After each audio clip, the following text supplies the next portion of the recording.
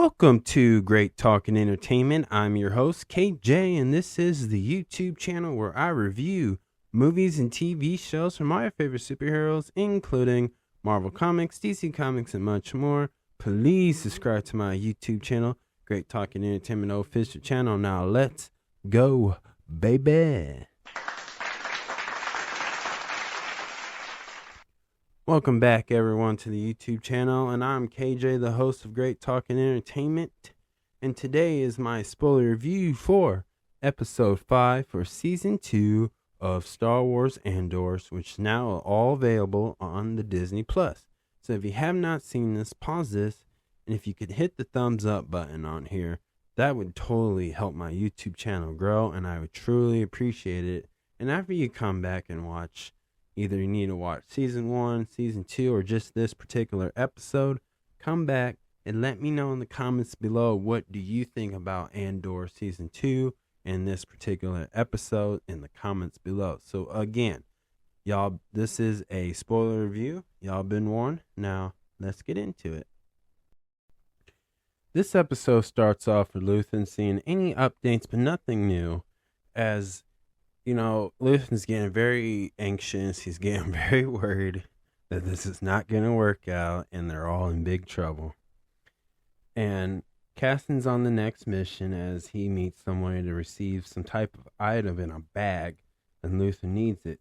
So next we go to Skrill, who's chatting with his mother, but the Imperial soldier shows up, tells him and everybody's got to leave the office, and forced him. Even though he was like, hey, you can't do this, you can't do that, they threw his ass out quick. Because they have found out that all their communication machines have been tapped, and they found the one that Luthen and his group have planted. And they're in big trouble. But luckily, as they shut it down and made sure nobody could locate where they're at and where they're communicating this. But it was a close call.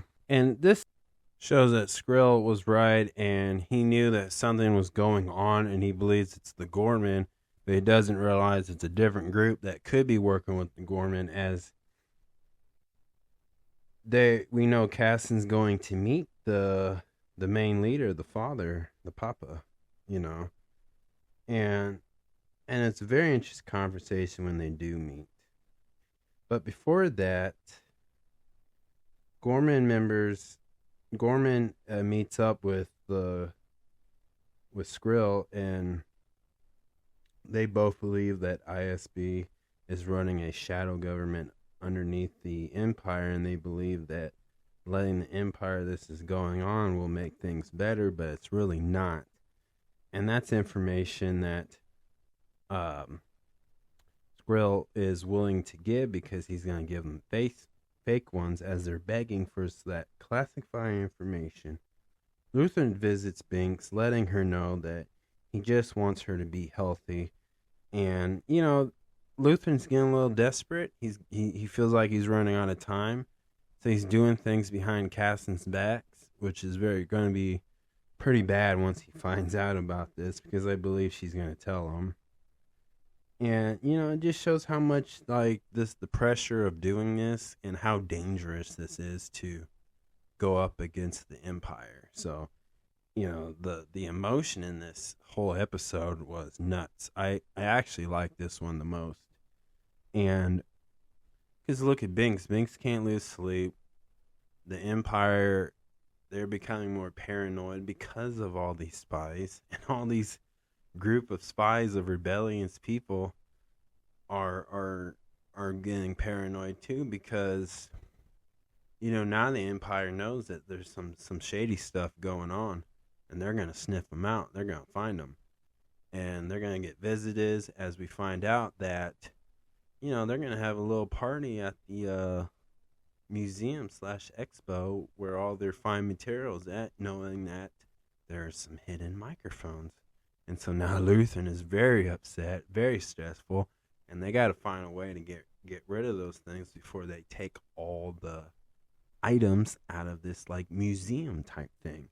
And so there's a lot on the line with this, and then they go to Casson, who's dressed up as a designer, and he has a conversation with one of these employees. And it's one of those conversations where he's trying to make him feel comfortable, he's trying to make him feel safe, and then he opens up and he explains that he saw why that statue or mountain, the statue that's in the middle of the area, and it says he doesn't want it because he doesn't need to be reminded when he saw the event when he was 12 years old.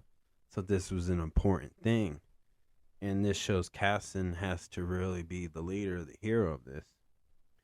As we see Skrill and his visit his wife Deidre, and of course they have the boom boom, and that's all they gave us. But you know, now he's gonna meet the main council leader of this Imperial soon, and that's what he wanted.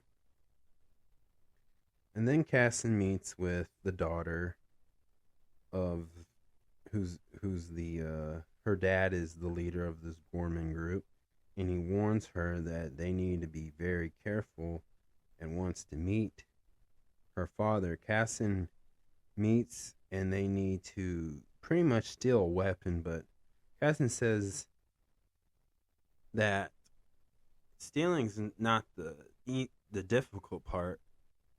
It's more of how to get in there. And he told him to be careful because the Empire feeds false information, so people like us can't succeed and overpower them in corruption. And that just shows the tone of where Casson's starting to show more annoying about this. Like, he feels like everybody besides Binks probably is looking at this the whole wrong way. And the way I think Casson wants to do this since season 1 is the way he still want to do it, but everybody else wants to do it a different way, knowing that's gonna fail. Like, but I understand, like, there's a lot of pressure and they're running out of time, because once they get this weapon and they start using this thing, I mean, the Empire is gonna start striking back. You know, pun intended as well. We also find out that Will has been training this guy named Rudy for a minute to run this machine, as we seen Saul Grua, who wants to dispose Will, but Rudy talked him out of it. But this finding out that Rudy is a secret spy for the Empire, and this took a big thing, as we see that Saw figured that out, and he told Will, like, okay, boy, this is on you. I hope you're up for it. Because at the end of this episode, Will does get this machine successful, and he realized that Saul wasn't wearing a mask, and then he gave Will this pep talk, like rah-rah speech, and he took the mask off, and he's in breathing the air, which is very interesting because it's like he has a different vision of how to take down the Empire, and Casson has a different version of it, and of course Luthen has a different way. But I'm wondering which is going to be more violent and ruthless and more villain-like, because I'm looking at this like, okay, there's a lot of flaws in this plan, you know, and a lot of people seem just so desperate, but have so much hatred towards the Empire for what they've done and what's going to happen in future Star Wars films after this, and timeline, of course. And so I'm seeing the flaws, and obviously the Empire does it too. And it's just who's gonna capitalize on their versions of weakness. Who's going to get to who first, and that's what it just seems like. You know, it's like Will is probably going to get influenced by this guy, this Saw guy, and, you know, maybe not, who knows. Or like Casson is probably going to, this is why it kind of foreshadows the Star Wars movie Rogue One. Because it seems like he's going to have to go rogue on everybody else. Because you know, he's worried about Binks. He has love now in his life, and he wants to take down the Empire, but I think he believes everybody's going out the wrong way with it. So it's very interesting to see this is what happened, before the bigger events in the Star Wars timeline. And I think it's really cool. So to me, this one I liked more than this episode's better definitely than episode 1. Or to be fair, this is better than episode 3, because what I liked about this the most was, again, even though there were some dry moments with the dialogue, with all this conversation, but I'm enjoying the part where now they'll be showing more of like a secret spy. They're dressing up, they're changing their names, they're claiming this, and they got secret codes. I mean, they even got spies or people within this hotel that Casson was in on this stuff, like, but they're all don't have an army. They're not strong. They don't got the stormtrooper armor. They don't have lightsabers, and it's very cool about that. But this one really, again, it was really exciting to watch, and the decisions everybody made so quick was really interesting and fun to see. And it's very dramatic, of course, and sometimes I caught myself feeling bad for one character over another.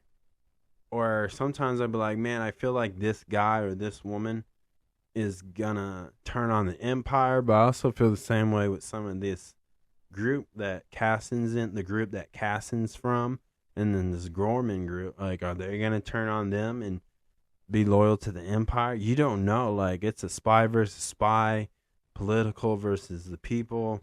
Like, it's nuts. This is the wild, wild west. Literally, this is of Star Wars, and it's pretty neat. I love it. It's like a revolutionary is about to happen, and yeah, I think like people standing up. That's pretty cool in this series, and this is Star Wars at its best, really. So I enjoyed this episode a lot. So out of 1 out of 10. I'm definitely giving this an 8. Really good. A lot of it, sometimes they stay too long on a conversation, and it's like, okay, they didn't need that much detail to explain like this thing and this part put together makes a weapon or explosion, or what's on the line. Like, I wish they focused more on like getting to completing the missions or find the next goal they need to do to complete the whole mission, the whole plan, and the Gorman group, I feel like, I feel like Casson is going to be the leader. Like, I think this older guy, he's not going to make it. I think Casson is going to take over this group. I can see that happening, but that's just a prediction I have out of it. And that's where I felt too with it, where they could be going with it, but I'm not really sure. And I love the theme, the graphics to this, the background. And I always find it thrilling and fun to see them make up a fake conversation and then talk about the real thing in between. It's just kind of cool. And Casson is very experienced in this stuff, and the Gormans can learn how to be better, clever at things. Like, he's like, hey, tell your guys to quit watching me. You're gonna cause a scene. Like, that's pretty smart and pretty experienced. And I think, like, the woman that he was having coffee with, she was like, oh, that does make sense. I didn't realize like that. Like, but this is their home, they're trying to protect this thing. So I get it. Loved it. I loved it, but it's just, this one shows more a heroic side of Casson. So I love that. But that is my review for this. Thank you so much. Please Subscribe to my YouTube channel, Great Talk and Entertainment official channel. Subscribe. Hit that notification button so you can always be updated with all my latest content. Thank you guys, and peace out.